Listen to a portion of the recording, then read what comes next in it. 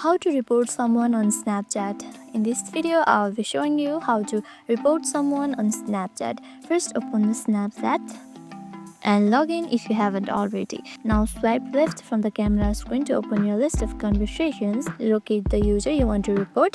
This can be a friend, someone who messaged you, or someone who added you. Open it. Now you can tap and hold their name, and this will open a pop-up menu with options related to that user. And click on this dot right here. Here you can just see manage friends. Tap on it and you can see report right here.